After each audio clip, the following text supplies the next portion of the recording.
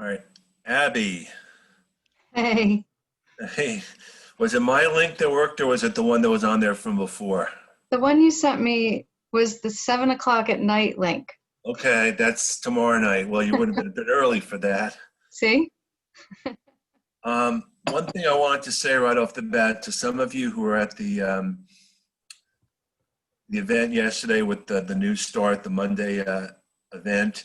Ariana McHugh, remember she was talking about she had a warm invite to connect with someone. Well, she's actually on an interview right now as a follow-up for that warm invite, a connection request. So she just thought that would be really interesting to let you guys know about. So as I let people in, just to let you know, Abby and I had talked a while ago about making this an interactive session where we'd be basically taking questions and answers as much as anything else. And I think Abby wanted to, mention a few things later on because it's really worked out really well when we kind of brainstorm amongst ourselves. So everyone, if you can just put your LinkedIn URLs in the chat.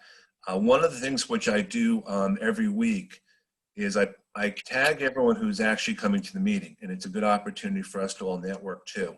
If anyone doesn't want to be tagged, just let me know because it's, I want it to have a good comfort level. So, Lori, I know you made the offer to actually check the chat. Would you be up for that still? Yeah, Lori was. Sorry, I was on mute. Sure, I would be happy to do that.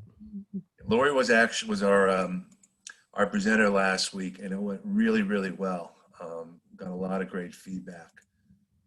So I'm going to start the meeting off by everyone knows Abby really well. I want everyone here to take advantage of the opportunity to ask any specific questions. I'm going to leave everyone unmuted for now, or actually you can all unmute yourselves as you have a chance. There's no such thing as a stupid question. Abby and I are both very happy to answer questions specifically. And we'll start with who wants to go first? Does anyone want to raise their hand or go first? I mean, kind of wing this a little bit. I'm looking in the chat to see who's here. All right, let me know in the chat if you want to ask a question. I'll monitor the chat really quickly right now. I'll go first, Ken. Okay, sure. Go ahead, Joe. You heard about Hey, yesterday. Joey. Hi, Abby. Yeah, I was on the call yesterday with Ariane. It was great. I'm glad that she's done that. Yes. Abby, it's great to see you again. So still looking forward to hearing what you have to say. Always going to pull a nugget or two out of these conversations. I'm sure you've heard this 1,000 times. For those of us who have been around since the internet was a word, how do we deal with this market now where we're all overpaid, overqualified, and just job hopping? I'm going to go on mute. I'm going to let you answer that. So this is something I do an entire hour's worth of a presentation on. And if you want to go see it, you all could go. I have a website. It's called absolutelyqualified.com. I will spend an entire hour talking about this topic. It's not, I do a whole presentation on it, but essentially there's a whole bunch of things related to being overqualified and age. They're kind of interrelated, because as you get older, you have more experience, number one, and also you have maybe additional degrees, or you have higher titles and a higher salary. So you tend to be called overqualified as you get older. So they're very correlated, but they're not a causal relationship. So you can be overqualified when you're age 25 or 30. It's just that when you get to be 60 or 70, you tend to be more overqualified.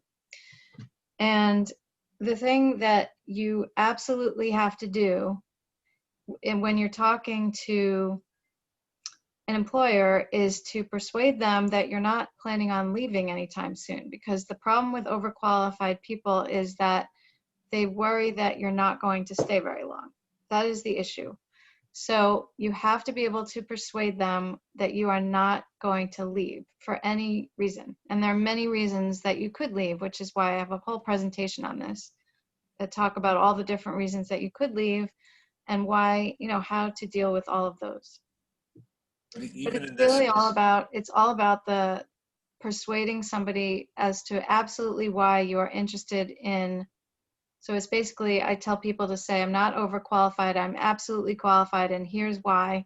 And to figure out what the here's why is before you even go into the interview, and to actually talk about your overqualifiedness at the interview, and don't be afraid. So that's essentially what the presentation's about, but I really recommend that you all go check it out if you are over the age of, let's say, 45. Thank you, Abby. Sure. We have a question from Kenneth J. Cohen. He wants to know how to turn down a job offer. Ooh. Wow. Okay. So, hi, Kenneth. I see you there. Thank you, Abby. I mean, I had a situation about just brief history 2-3 months ago where an offer was made, and I could not accept it for various reasons, including a 2-hour commute each way.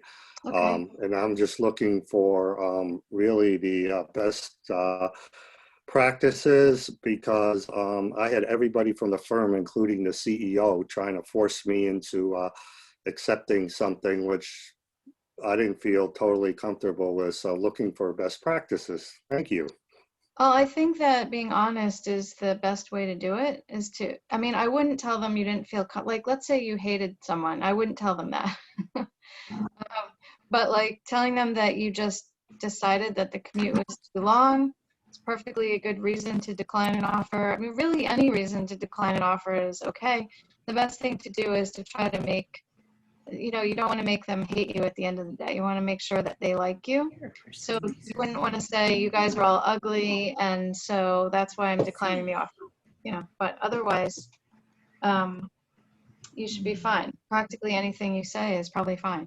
I took the approach that I've gone into a different direction, because I didn't want. Yeah, that's fine too. And you don't owe them an answer either.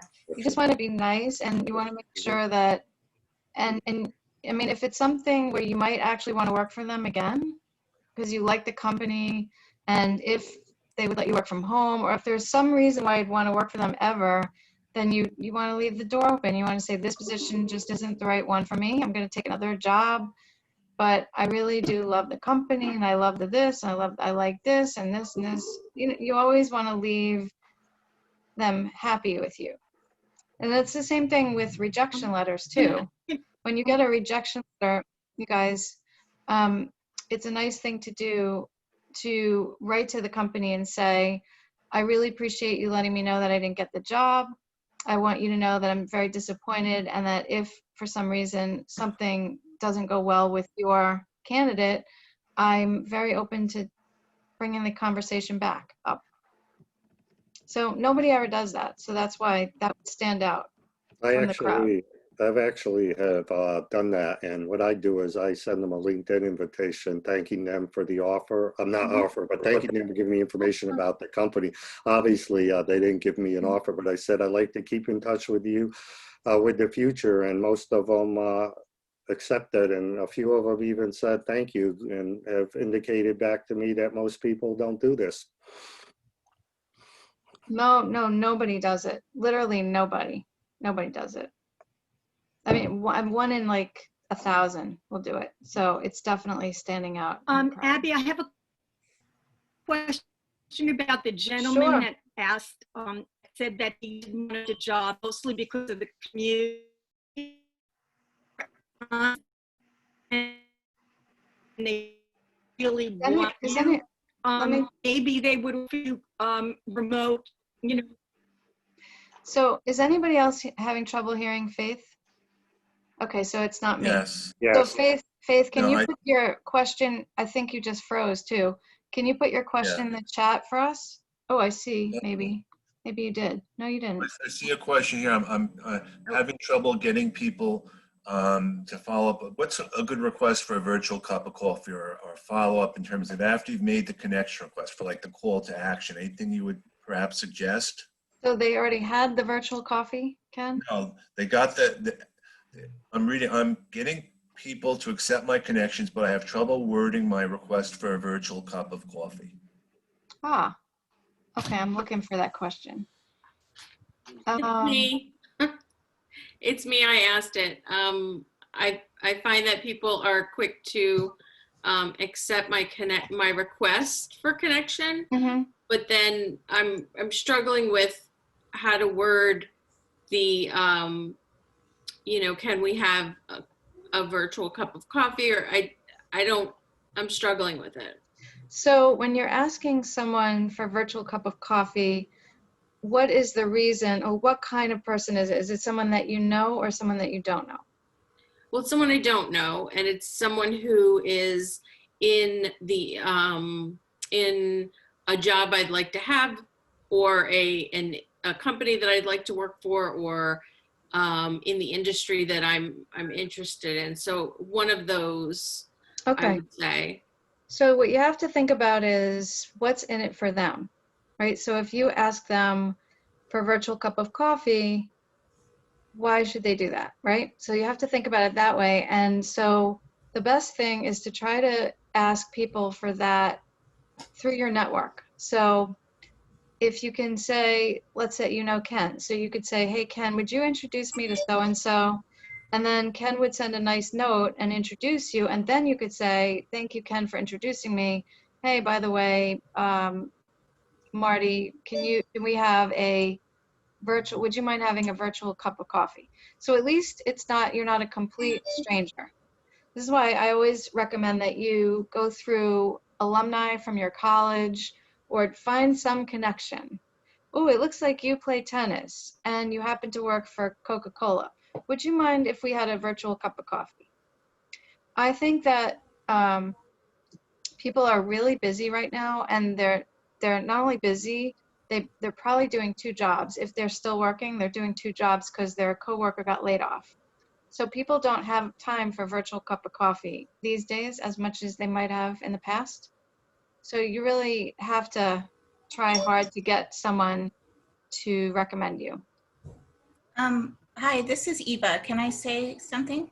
Hi, Eva. Sure. Hi. What I found on LinkedIn when I'm connecting with folks is I try to look at their wall, see what they're posting, and Yeah. connect that way, so That's that great. they see my likes a couple times, maybe look at my comments, because people like you to be receptive to what they post. And so if you start showing them that you're interested, and you find those common threads, or Right. you get introduced, like you said, I find that it's really helpful. It's not That's just a really cold, good. can you help me? It's a warm, oh, hey, you probably saw that something like Really, that. really smart. Love that. Yeah. Thank you. Yeah. It's really good. Hey, Abby, this is Anupama. Hi, how are you?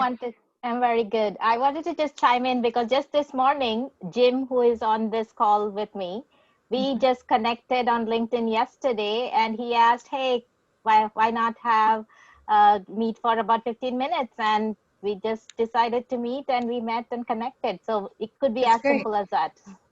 Right. If somebody, and are both of you unemployed, Anupama?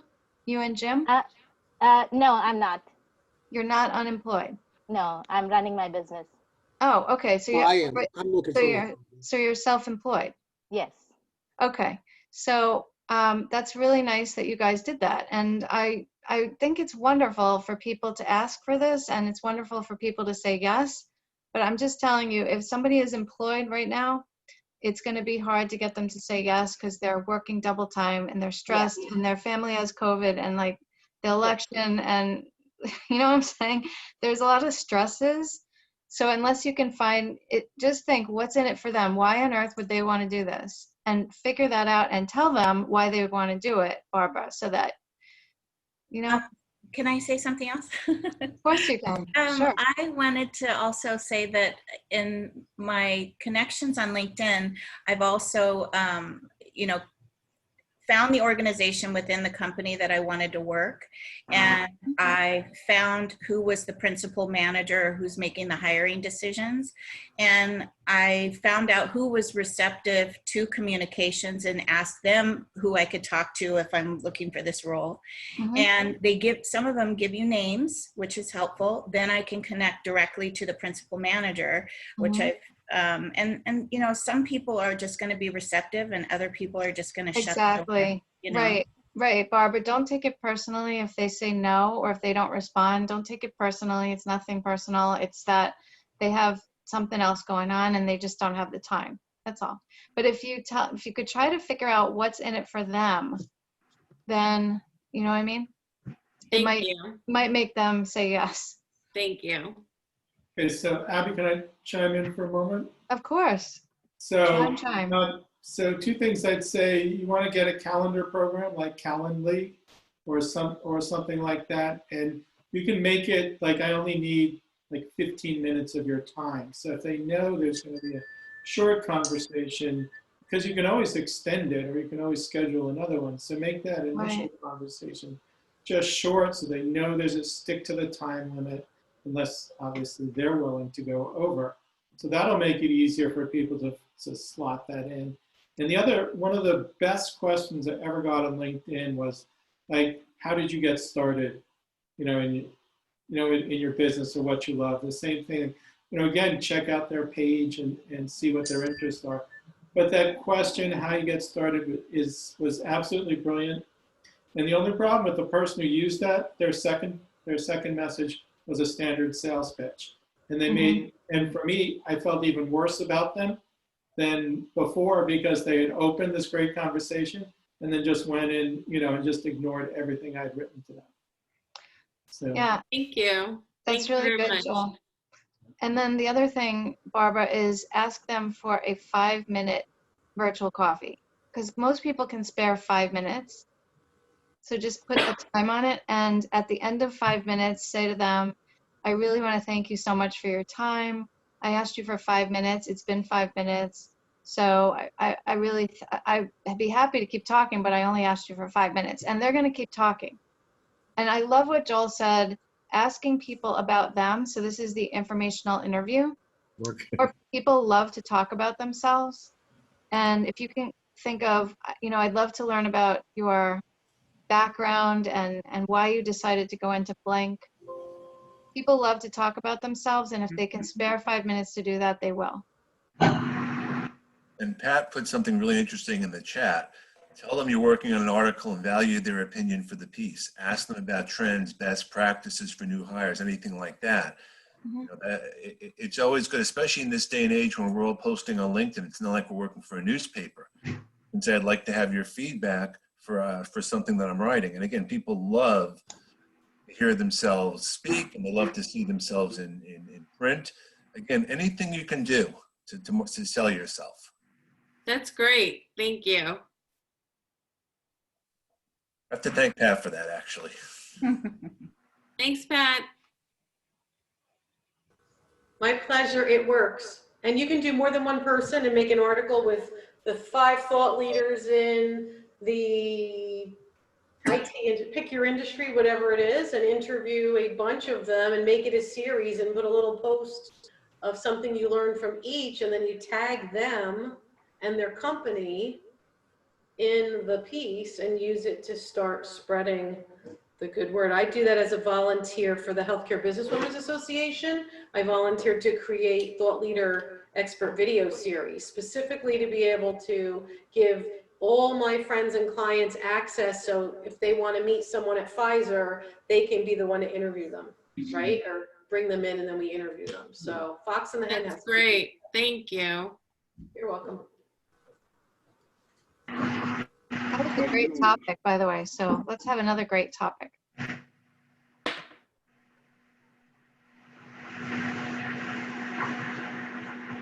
There aren't any questions in the chat. So how about, what do you advise, Abby, on how people prepare for answering questions in a job interview?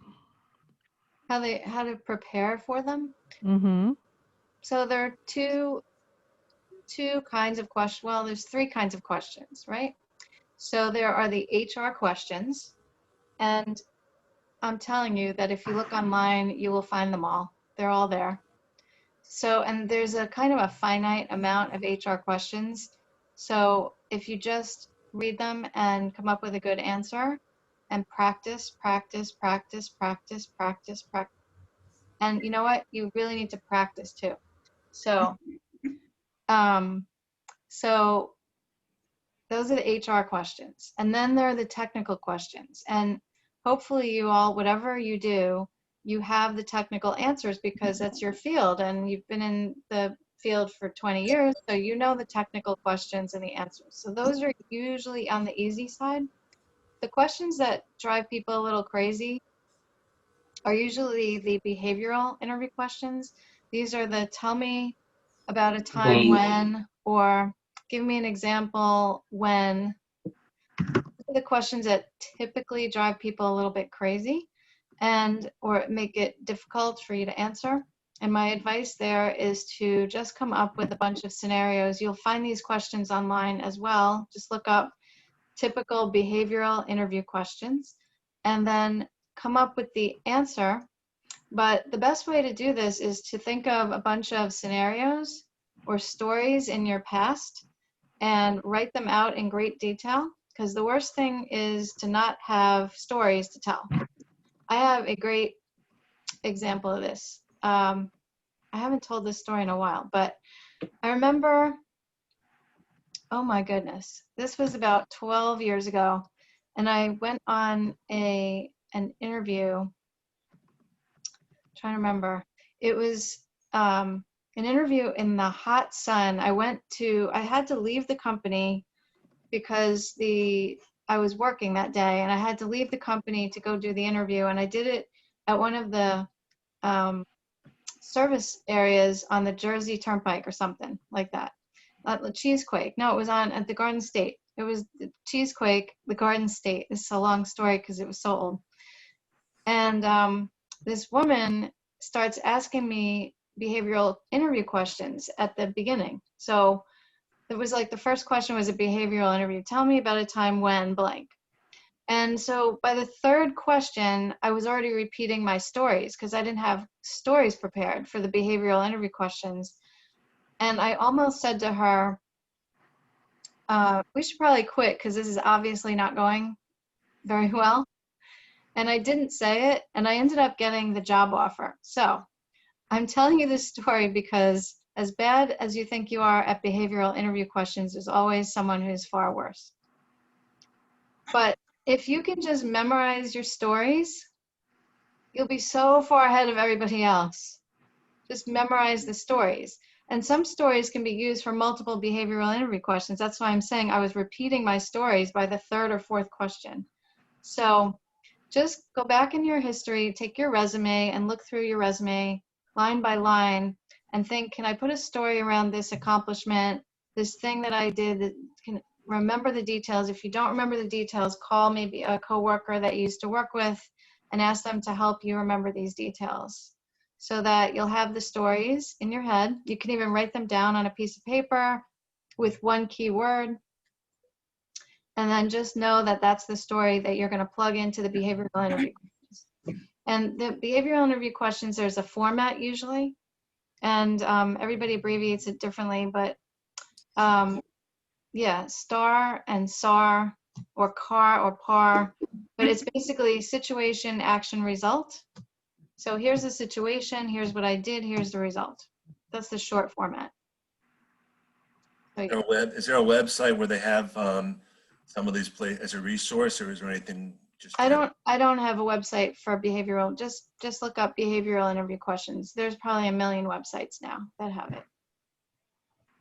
And just know almost any story can be reframed with a positive spin. Exactly. Like every story could fit into every behavioral interview question. So that's why if you come up with, let's say 5 stories, then you'll know that you just pick one of those and answer it. Okay, we got a question from Ramesh. Could you give some tips on how to connect with internal recruiters at companies? Yeah, that's tricky. So I've been an internal recruiter for, oh goodness, 26 years. And internal recruit, and I forgot, so we didn't really talk about my background, but my name is Abby Kohut, but I go by the name Absolutely Abby because I tell the absolute truth, which is something typically recruiters will not share.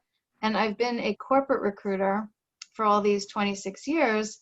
And at 1:45, I'm going to tell you about a new project I'm working on that's going to benefit probably half of you on this call. That's going to be different. So I'm not going to be doing corporate recruiting 100% anymore.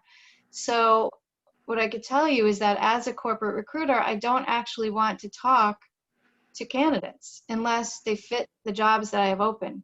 And that's different than a headhunter. So the headhunters might want to talk to you if they play in your space. So if you're in financial services and they're a financial services headhunter, they might actually want to talk to you whether they have a job or not. But corporate recruiters typically don't want to talk to you unless you match exactly the job that they have open. That's the honest truth. I wish I could tell you otherwise. But maybe what you do is you find something you have in common with them and you send them an email, just like we were talking about before with Barbara. But if you don't match their position, they're probably not going to want to talk to you.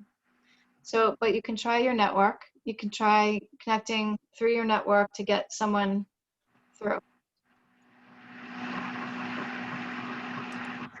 Okay, Michael Cohen has a question. Could we discuss possible acceptable answers for leaving a job after a few months, 5 months in my case? So where's Michael? Michael Cohen. Hey, Michael. Do you want to give us any details about it? You don't have to want to, but if you do want to, it could help me answer the question.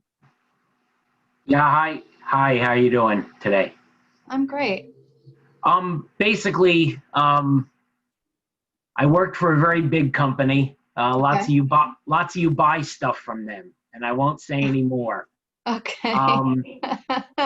The company has a quote unquote confidentiality policy, as in, in other words, they won't say whether someone was fired or someone left. They will only confirm dates of employment. Excellent.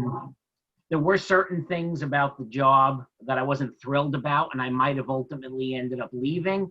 But unfortunately, I had not a great boss, and the parting wasn't great, and he ended up terminating me.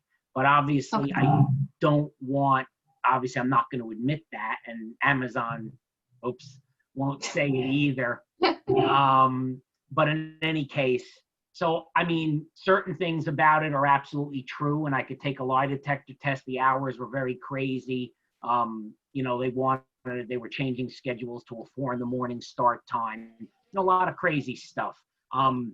But, you know, so I'm just trying to think of a good way to frame things. So was this Michael, was this the last job that you had? Yeah, this was the last job I had. Before that, I'd worked for another company for about a year and a half, where I ended up voluntarily resigning after about a year and a half. You know, again, the commute was part of it. They had a lot of very expensive benefits, et cetera, et cetera.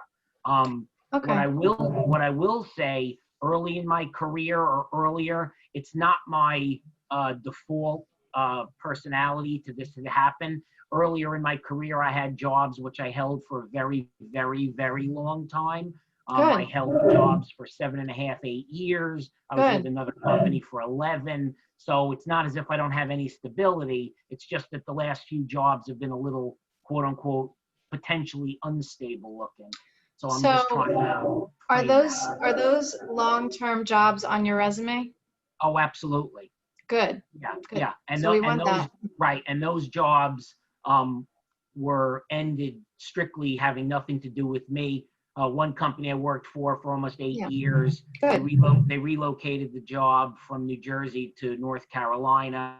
The next company for 11 years I left because they went bankrupt. So good. That's good. That's Go ahead. good that you have those long-term jobs on there. So, and the one before it, you left on your own, so that's fine. You could say that you weren't happy with the company's, we'll call it the A company. You weren't Okay. happy with the A company, and you can talk about what you weren't happy about, and you could say that you decided to leave so that you could look for something that was a better fit for you, and see if they argue, or you could try that approach. You could try it and see if they won't say anything, then that's the only one you don't have to worry about. The only people you have to worry about is them, and if they say they're not going to say anything, but what if somebody wants to talk to your former boss for reference? That would be a negative. I think as the company's policy goes that they're not allowed to give, or they do not give references. I mean, I do Right. have other people within the company who would be happy to give me good reference. In other words, people that work with me, my peers who would speak well of me. I would be more inclined to go to them. Okay, so yeah, I think that everyone always wants references. The other thing you could do, since we all know the A company, and we know that they don't necessarily have the best reputation in the world, does everyone agree with that? Is it just me that thinks that? Can we do thumbs up if you have heard that they are not the best company in the world? The A company? All right, so it's not everybody, Michael. I thought that everybody knew that they weren't okay, so someone wrote it. So you could say, have you heard, I assume, you could say to them, I assume that you've heard about the A company and their reputation. And it's actually true. So the reason I left is because I really wasn't happy. I wasn't the right fit for the company. Right. I gotcha. That's it. Yeah. I mean, like I said, I do have peers there who would speak well of me. In other words, peers, but Yeah. manager. But so, and another way, I always tell people this one too, is you can say, the A company, I was really unhappy there. I knew it wasn't the right fit from the beginning. And so I was looking, but we're in COVID, so it's not very easy to find a new job. And they figured out that I was looking, and so they ended up letting me go because they didn't feel like I was being loyal to them. And that way you're saying they let you go, so that's truthful, right? So you could Right. go with that approach. So maybe try that half the time and the other thing the other half the time. Okay, gotcha. Thanks, Abby. Sure. All right, next question from Patty Bosch. Hopefully I'm saying that right. What's the best way to not answer a question without sounding like you are not interested in the job if you feel the question was discriminatory, like asking for your past salary history? Well, asking for your past salary history is not discriminatory. It's illegal in certain states. It's not discriminatory. But how about give me another question that would be discriminatory? Maybe. Somebody, give me that. Do you have kids at home? What is or- your political affiliation? Oh, that's perfect, Patty. Thank you. I do have kids at home. The answer to what is your political affiliation is, I'm actually not political, and I don't have an affiliation. I vote for the best candidate at the time. And if they say, who are you voting for? You say, I haven't decided yet, whether it's true or not. Never, never, never tell them who you're voting for. Never tell them your political affiliation. Never, never. Unless you know theirs. If they tell you theirs, and if yours is the same, then you can talk about it. And you can like bond over the fact that you hate one of the candidates. So basically, you would answer the question. It's not like you'd say, I really wouldn't like to answer that question. You wouldn't Right, say but that. let's talk about the kids. So if someone says, do you have kids at home? You could say, but I don't think it's going to do very good. You could say, I'm not sure why that matters. Why that matters in relation to the job, but I don't know that that's going to get you the job if you say that. So one thing you could do is you could answer with a question. You could say, well, can I first, before I answer that question, can I ask you why that matters in relation to the job? And I don't know what they're going to say to that, because it doesn't. It never relates to the job. Actually, they could say, because I want to make sure that you are going to be able to work overtime. And then you could say, well, of course I can work overtime. Of course. So don't answer it, but ask a question. They can Thanks. almost assuredly find out anyway through social media, unless you're Right. her. True. Also, if they ask for what you used to earn, you can tell them that as of about a year ago, that question was is now not a legal question to ask. I mean, you could say that. I'm not sure that that's going to go well either if you say that, but you could say that. I typically say that, how is that relevant? What is relevant is how much money I can save you, or how much extra money I can make you. Or, yeah, or, and what yeah. my value is. Like if I buy a bottle of milk or a carton of milk, does it matter what the price was yesterday? Right. Well, another thing is you could say kind of similar thing. You could say, I realize that you want my salary history, but I think what you really want is what are my salary requirements? And what I'm looking for is X to Y. Because that is a perfectly legal question, and that is what recruiters are asking, and they're not going to let you go forward if they don't get that number. They want to know what you want. So I actually had that an hour ago. And she said, you know, she didn't ask what I was earning. Well, she asked what my requirements were. Mm-hmm. And she said, because if we're not in the ballpark, right, it doesn't really pay for us to continue, which is a completely valid. Ground one. Yeah, what I always tell people Alex's name, right? Is Alex's name on there? Right, Abby, could you Okay, then. respond something like, could you tell me what it's budgeted for? Yeah, so I was about to say if someone says to you, what are your salary requirements? No, I wouldn't ask them what it's budgeted for, because that's not answering their question. I would give them the number and say, I'm looking for, give them a big range, whatever that range is. So it could be like 100 to 130. It could be 130 to 170. It could be 50 to 70. Give them a big range and then say, does this fit within your budget? And then they will answer the question most likely. And they'll say, yes, it does. And if it does, then you know you hit it. So don't give a number that's too low and don't give a number that's too high. Just look at payscale.com. But that low side number has to be your minimum, right? Yeah, don't give them a minimum that you're not willing to accept, but really think about what is the number you're willing to accept.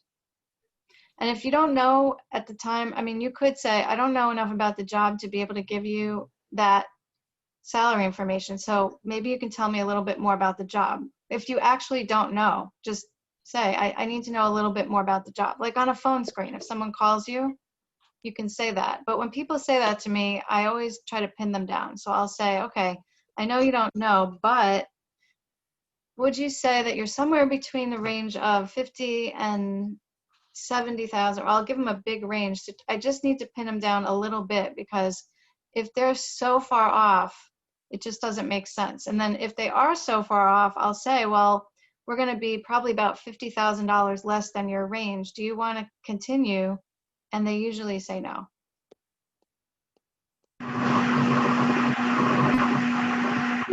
Abby, I have a question about what you just spoke about, salary.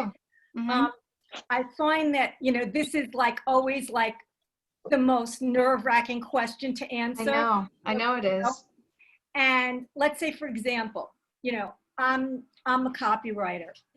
Let's say I am worth $125,000 a year, but I know that companies may only want to pay, let's say, $75,000, right? Sure. And if I'm desperate enough, you know, I might accept it. But what I've said is, well, you know, the salary that's commensurate with my experience and skills is, you know, $115,000.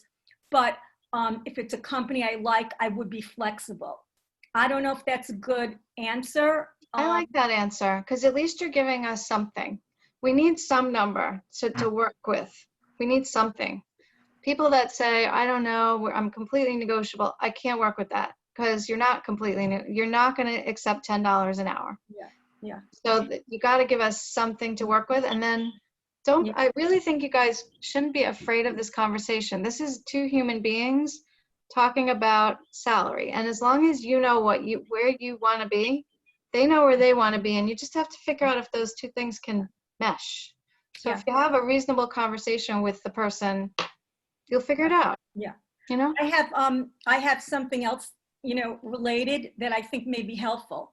So the last full-time job that I had, they said, what's your requirement? I'm just going to tell you, what are you looking for? I said, $100,000. He said, oh, that's too much. So I said, well, I would go down. I said, what is your ceiling? So I wanted to know what's the most he would pay. And then I said, oh, that's acceptable. And when I actually started the job, they actually gave me $7,000 more than what he said was, what they were looking to pay. Maybe because they heard me say that I'm worth more, maybe they flexed it a little, but I'm afraid that if I gave somebody a range, let's say if I gave them a range, I would work for between 70 and $100,000. Well, then they're going to just want to offer me 70 because I said that. So I would rather err on the side of saying more. And if they say, oh, wow, that's really below that. And this has happened many times when headhunters call me about like a freelance job, like what's your hourly rate? And I'll say, let's say I'll say $90 an hour. And they say, wow, we can only pay $50 an hour. So I said, well, since I don't have that much work now, I'll accept it. So that's how I've dealt with it. And it seems to have worked because I think they're always going to give you the lowest amount that you've mentioned. So I don't like to say. Wait, but we were talking about headhunters here. Headhunters want to get you the most amount of money because they get a higher fee. Recruiters, corporate recruiters, me, want to give you the least. Except that I've always worked for companies that know the market. We have market data, and we're not going to pay you less than the market data because we're going to, like, I work in the pharmaceutical industry most of the time, and I'm going to lose you to my competition if I am cheap on the salary. So I only work for companies, or I have been fortunate to work for companies that understand if you lowball people, they will leave. So, but headhunters are going to always try to get you more money, not less.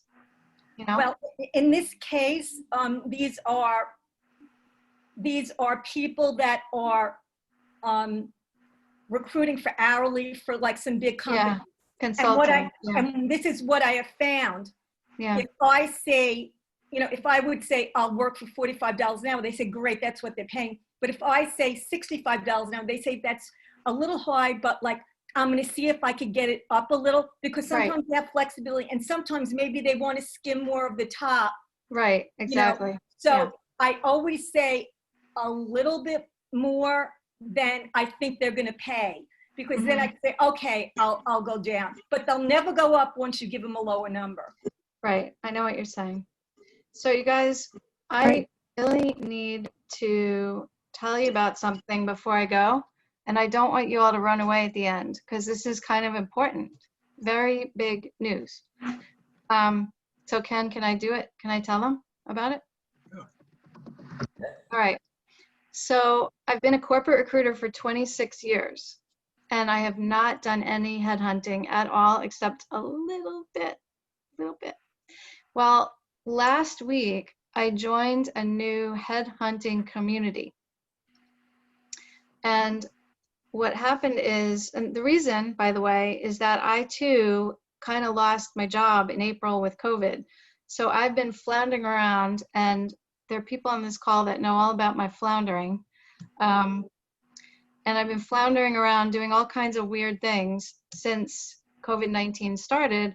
But I realized that it's time to try to get into the headhunting world because with 26 years of experience, and a very large following all over the country, why not, right? So I have a website that I want to share with you, and I'm going to explain the situation, and I'm going to share my screen so you can see it, okay?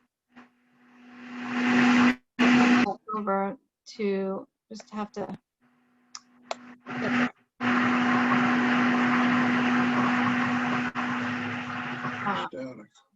I don't know who's making the noise. I think I just unmuted the person. Okay, good. Thank you. All right, you guys. I'm going to get you up here. Where is my Zoom? Ah, there we go. Okay. Can you all see this? Yep. Mm-hmm. All right. So on the top, the website is staffingsymphony.com. That's my company. I've been Staffing Symphony this whole time since 2006, but I've been a contract recruiter since then.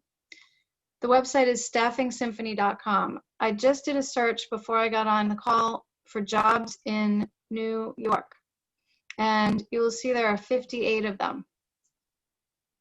So we always talk about the hidden job market, you guys.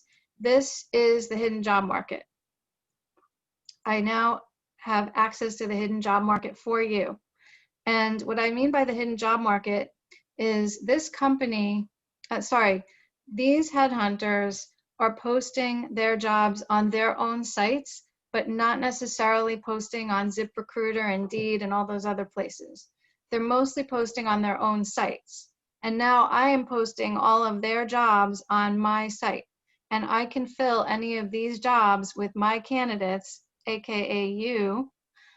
I can fill all of these jobs on my site.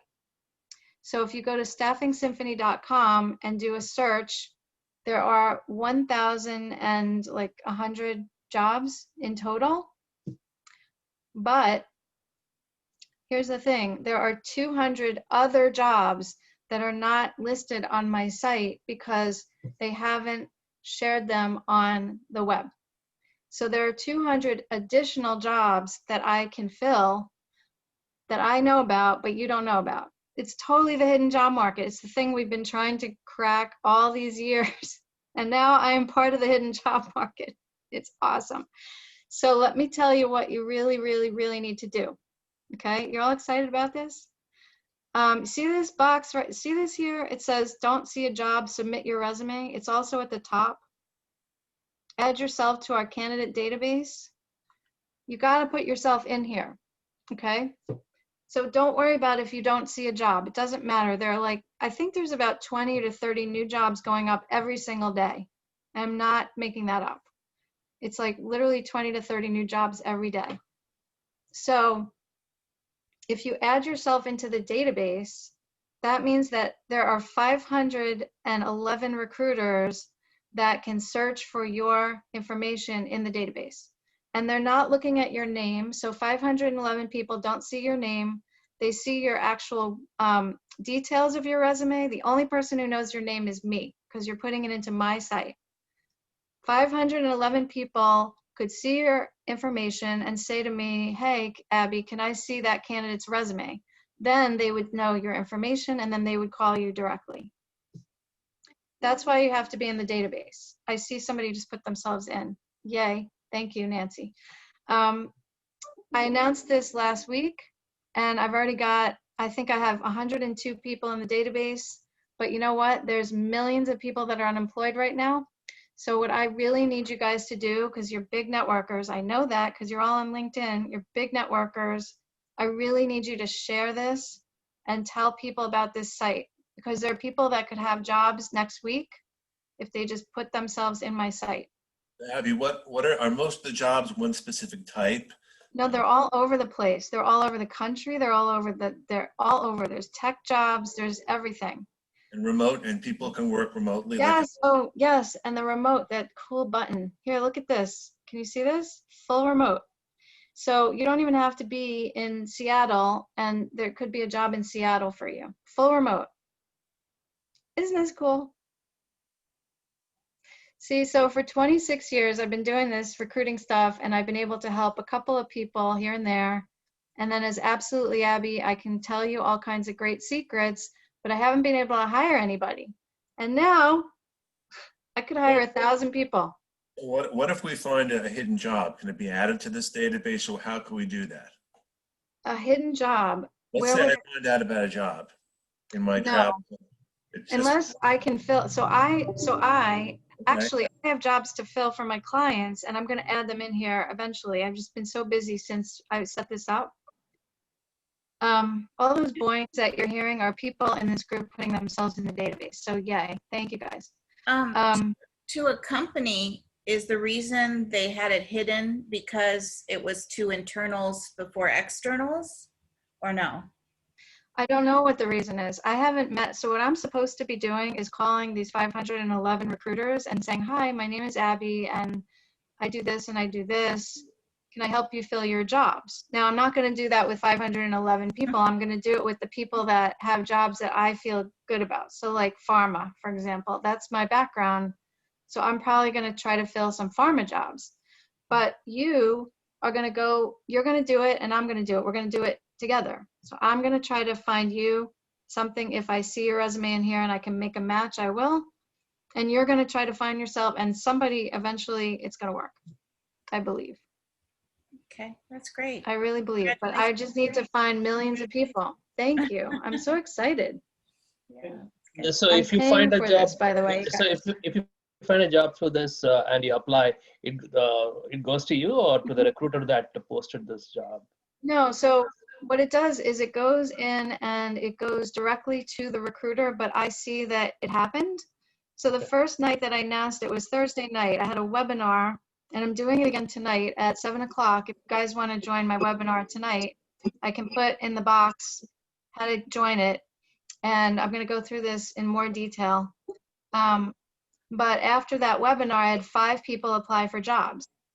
Now, I just want to tell you that only one of them was really qualified for the job that he applied for. And when I saw it, I reached out to the recruiter and I said, hey, I think his name was Dennis, I have a candidate that applied for your job. I want to make sure you see it. And he said he would look at it and let me know if it was a good candidate. So far, I haven't heard back, so I'm not sure that he liked the candidate, but at least I'm pushing your resume through to the headhunters. The other people were so not qualified. So please don't apply for things that you're just so not qualified for. Someone applied for like, I'll give you an example, like, let's call it a nursing project manager, and they weren't a nurse. That's what I mean by so not qualified. Like so obviously not qualified. Is this cool or what? There you go. So like my career coach friends that are on this call, Marty and all the rest of you, please share this. Please share, put it on your LinkedIn. StaffingSymphony.com has 1,000 jobs available. Go look.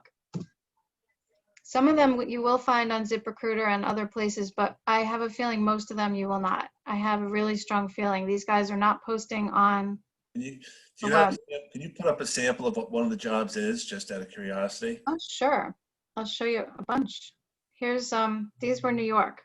Okay. So there, you want to see, I'll tell you what, let's take out New York. Let's just look for vice president. Or no, that's too high. Let's do director. See how many directors are listed here.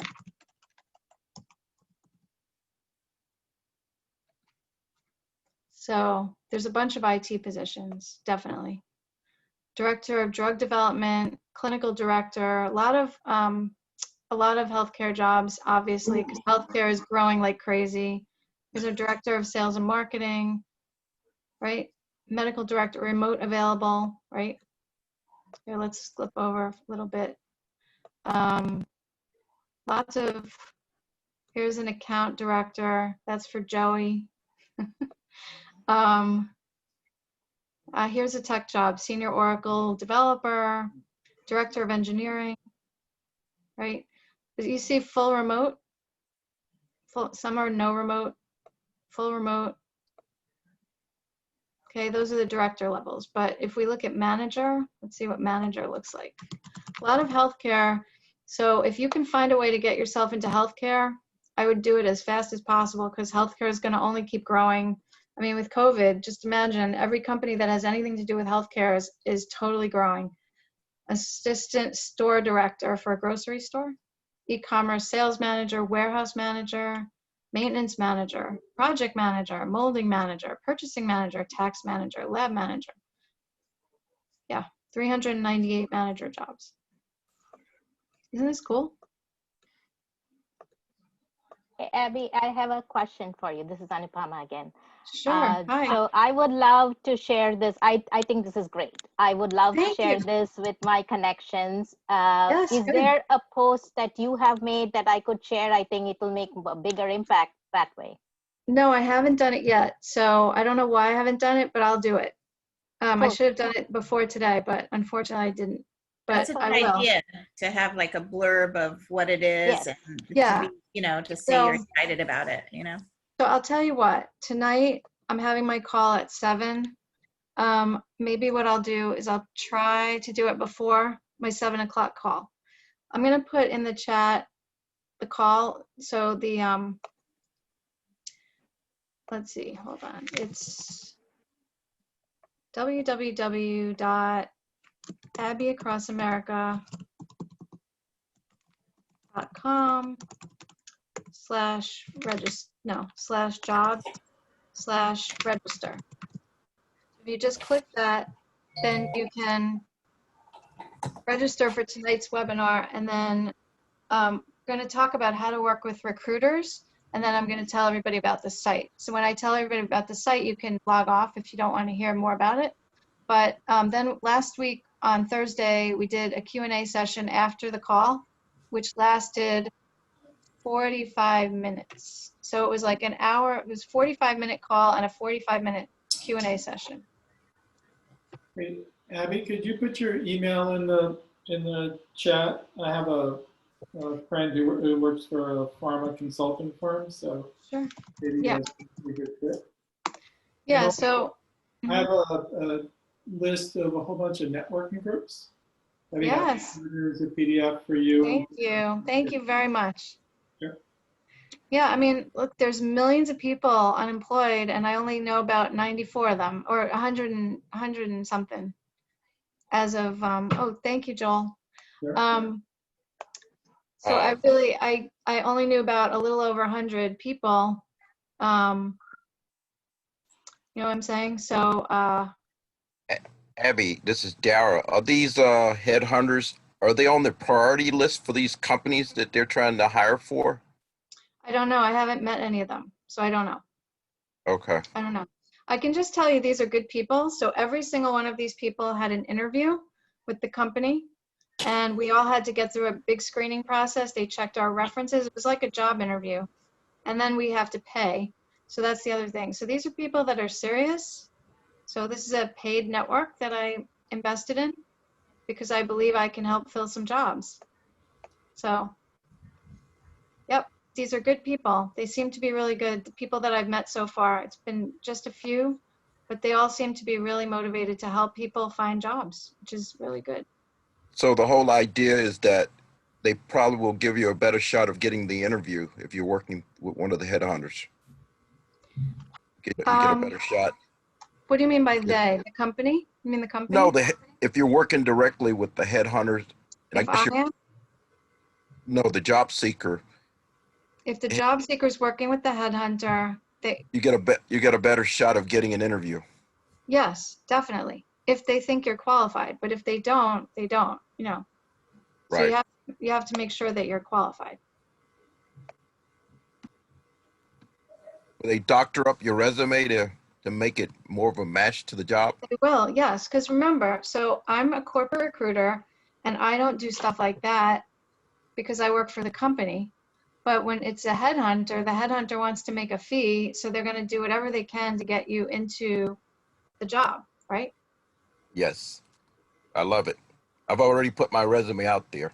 Awesome. I appreciate that. It's been a long time, Dara, and there's people on this call like Carol. We've known each other a long time. It's about time that I tried to find you a job, and this is how I can do it. Yeah, and I got a big network of people, so I'll try to get the word out for you. Please. Get that poster resume out Yeah, there. let's make this thing go viral, you know? Let's make this go Absolutely. viral. Abby, thank you very much for taking some time with us today. Yes. My pleasure. Thank you. Thank you, Abby. Thank you. My pleasure. Thank you. Thanks. So I'll see some of you on the call tonight. I hope you can join us, and we'll answer 45 minutes of questions probably again, because it was an audience that was very vocal and had lots of really good questions. All right, see everyone next week. Thank you. Thanks for joining. Thanks. Bye. Thank you. Bye, guys. Thank you. Thank you. See you soon. Bye. Bye. Bye-bye.